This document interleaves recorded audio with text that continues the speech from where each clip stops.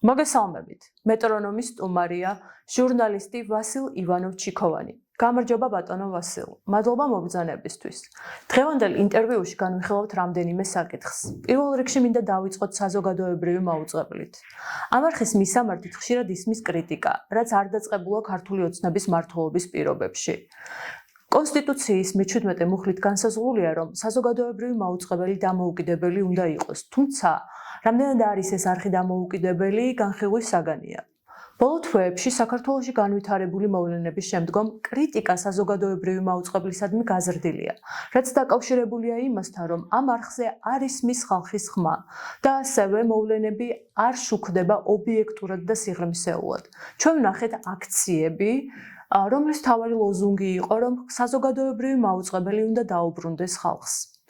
უკმაყოფილება თანამშრომლებმაც გამოთქვეს, მათ შორის ერთ-ერთი თქვენ იყავით და აღნიშნეთ, რომ პირველი არხი საზოგადოების მოთხოვნებს ვერ პასუხობს. რომ გითხრათ, რა არის ის ფაქტორები, რაც საზმაოს ხელს უშლის უპასუხოს იმ გამოწვევებს, რაც ამ არხის მიმართ არსებობს? უპირველეს ყოვლისა, მადლობა თქვენი ინტერესისთვის, მადლობა დაბადებისთვის. მოგესალმებით თქვენ, გამარჯვებას ვეტყვი თქვენს მაყურებელს და მსმენელს. საზოგადოებრივი მაუწყებელი თავის ისტორიას იწყებს როგორც საზოგადოებრივი მაუწყებელი 2004 წლიდან. მანამდე იყო საქართველოს პირველი არხი, რადიო, ტელეფილმები. ეს საკმაოდ დიდი, ძლიერი და მნიშვნელოვანი ინსტიტუცია არის ქვეყნისთვის. ჩემი ცხოვრება მაუწყებელს დაუკავშირდა, ისე რომ დედაჩემმა და მამაჩემმა იქ გაიცნეს ერთმანეთი და ბავშვობიდან მქონდა ბედნიერება. რადიოს თანამშრომლებთან მქონდა ურთიერთობა, მამაჩემთან ერთად ტელეფილმებში მე არა და იქ მიმდინარე განხილვებისთვის მომესმინა. მე არ მელაპარაკებოდნენ, მაგრამ მე ამ ყველაფრის მსმენელი და მაყურებელი ვიყავი. ბავშვობიდან მახსოვს, რომ იქ შიგნით ყოველთვის იყო კრიტიკა. თვითონ ის ადამიანები, ვინც პიკის საათში მუშაობდნენ, თუ ალიონში მუშაობდნენ, თუ ტელეფილმებში, ისინი კონკრეტულ საკითხებს უდგებოდნენ კრიტიკულად. კრიტიკა არ არის ცუდი სიტყვა, პირიქით, კარგი არის. სამწუხაროდ ამ ბოლო დროს შიგნით ეს ჯანსაღი კრიტიკა საერთოდ შეიძლება ითქვას, რომ გაქრა. როდესაც შენ უკვე შენ თავს კრიტიკულად არ უყურებ, მე მგონი, ვარდები ხილში და გონია, რომ ის არ უშვებ, რომ იმ ნაბიჯებს, რასაც შედგავს, შეიძლება უკეთესი იყოს სხვანაირად რომ გადადგა. ამას თუ დაუმატებთ იმას, რომ საზოგადოებრივი მაუწყებელი ყოველთვის იყო, არის და სამწუხაროდ დარწმუნებული ვარ, მომავალშიც იქნება ობიექტი, რომ გარკვეული ინტერესები გატარდეს. ეს ინტერესი კიდევ უპირველეს ყოვლისა, ამ ინტერესის გამტარებელი არის ძალისპრობელი ხელისუფლებაში მყოფი ძალა, რომელსაც აქვს გარკვეული გავლენა. სამეურვეო საბჭო ყალიბდება პარლამენტის მიერ, დაფინანსების საკითხები, მაგალითად, ბოლო დროს შეიცვალა კანონი და შეიცვალა დაფინანსების წესიც. ეს ყველაფერი მოქმედებს. ეს ყველაფერი მაინც ვერ უზრუნველყოფს იმას, რომ ერთი არის დაწერია კანონში, მაგრამ მეორე არის ეს კანონები როგორ ტარდება რეალურ ცხოვრებაში და როგორ აღსრულდება ისინი. ვინ აკონტროლებს? თუ აკონტროლებს ის, ვინც დაინტერესებული არის საკუთარი ინტერესის გატარებაში, ის თავისთავად თვალს დახუჭავს. თუ შეიკრება ისეთი ჯაჭვი, რომ ყველა მაკონტროლებელი რგოლი მოიცავს იმ ხალხს და უმრავლესობით მოიცავს იმ ხალხს, ვინც ინტერესის გამტარებელია და მოსურნე ინტერესის გატარების, ეს ინტერესი აუცილებლად ასე თუ ისე ჩვენი ყოფიდან გამომდინარე გატარდება. დიდი ინსტიტუცია არის. დღეს მუშაობს 1100 ადამიანი. 1100-დან უმრავლესობას ახსოვს გარკვეული რეფორმისა თუ რეორგანიზაციის არაერთი ტალღა. და ამ ტალღების გატარებისას მაუწყებელში დასაქმებული ადამიანების რაოდენობა ყოველთვის მცირდებოდა.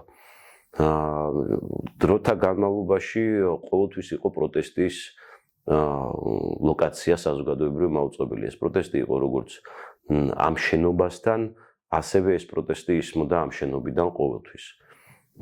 და წინ ყოველთვის მივდიოდით, წინ ყოველთვის იდგმებოდა ნაბიჯი და რაღაცა უკეთესად კეთდებოდა.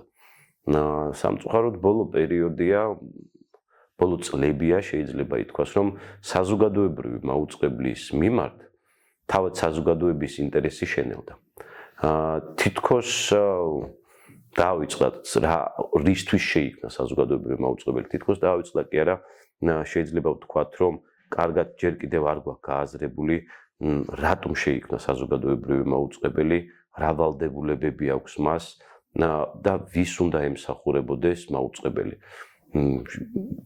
მრავალ მილიონიანი გასართობი პროექტი ჩემი შეფასებით არ უნდა იყოს პრიორიტეტი საზოგადოებრივი მაუწყებლისთვის.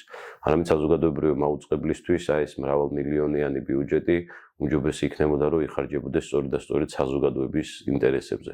ჩვენ უნდა ვიყოთ საზოგადოებასთან, უნდა ვიყოთ საზოგადოებისთვის და თუ საზოგადოების მაჯისცემას ვერ აღიქვალ, შესაბამის პროდუქტსაც ვერ თავაზობ. ამას თუ დავუმატებთ განზომილებას, რომ თვითკმაყოფილი ვარ და არც კი ვუშვებ, რომ მე შეიძლება არასწორად ვაკეთებ რაღაცას და პლუს კიდევ ამას მივუმატებთ ინტერესის გატარების სურვილსა და მცდელობებს, შემდეგ უკვე ეს ორიენტირი იცვლება.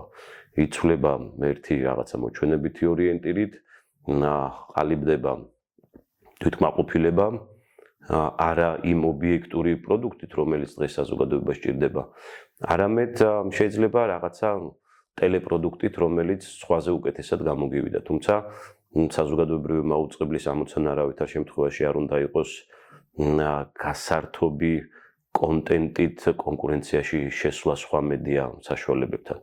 არამედ ჩვენ უფრო ღრმა შინაარსზე უნდა ვიყოთ ორიენტირებულები და ბოლო თვეებს რომ გადავხედოთ, ის თუ მაგალითად 2024-ის არჩევნებამდე რა შინაარსი ჰქონდა ჩვენ არჩევნების შემდეგ და უკვე აქ ბოლოს განვითარებული მოვლენებისას რა შინაარსი მივაწოდეთ მაყურებელს. ჩემი შინაგანი ღრმა რწმენით ჩვენ არა საზოგადოების ინტერესიდან ამოვდიოდით, არამედ უფრო ჭარბობდა სხვა ინტერესი.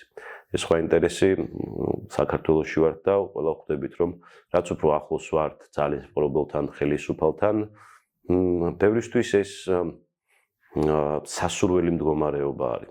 ამ სასურველი მდგომარეობიდან კიდევ ელემენტარულად ყოფითად სარგებლობს ადამიანი. სამწუხაროდ, საზოგადოებრივი მაუწყებელი იმის გამო, რომ საზოგადოების ყურადღების ცენტრში არ იყო, ნებსით უნებლიეთ ამ მიმართულებით შესაძლებელი გახდა საზოგადოებრივ მაუწყებელზე ამ მიმართულებით პროცესების წარმართვა. თავი და თავი ისევ და ისევ ძალიან მარტივი არის ბოლო რამდენიმე წლის მოვლენებს რო გადავავლოთ თვალი, მივხვდებით საიდან იწყება ეს ინტერესის გატარება და ნელ-ნელა როგორ შემოდის და როგორ ხდება ამ ინტერესისთვის მაუწყებლის მიტაცება. თუმცა ეს ისეთი ინსტიტუცია არის, რომ ბოლო პროცესებმაც დაადასტურა, რომ იგი სრულად არ არის მიტაცებული, იქ არის თანამშრომლების უმრავლესობა, რომელსაც აქვს სურვილი კეთილსინდისიერად ემსახუროს თავის პროფესიას, მაუწყებელს, რომელიც ბევრისთვის იმაზე მეტი არის, ვიდრე სამსახური, და საზოგადოება, რომლის ნაწილიც ჩვენც ვართ. ჩვენც ვართ კი არა, ჩვენ ვართ საზოგადოების ნაწილი და საზოგადოებრივი მაუწყებელი სარკისებურად ასახავს მთლიანად საქართველოს. პატარა მოდელი არის ქვეყნის შესაბამისად, რა პროცესებიც მიდის ქვეყანაში, ის პროცესები აუცილებლად აქამდე ყოველთვის მიდიოდა საზოგადოებრივ მაუწყებელშიც.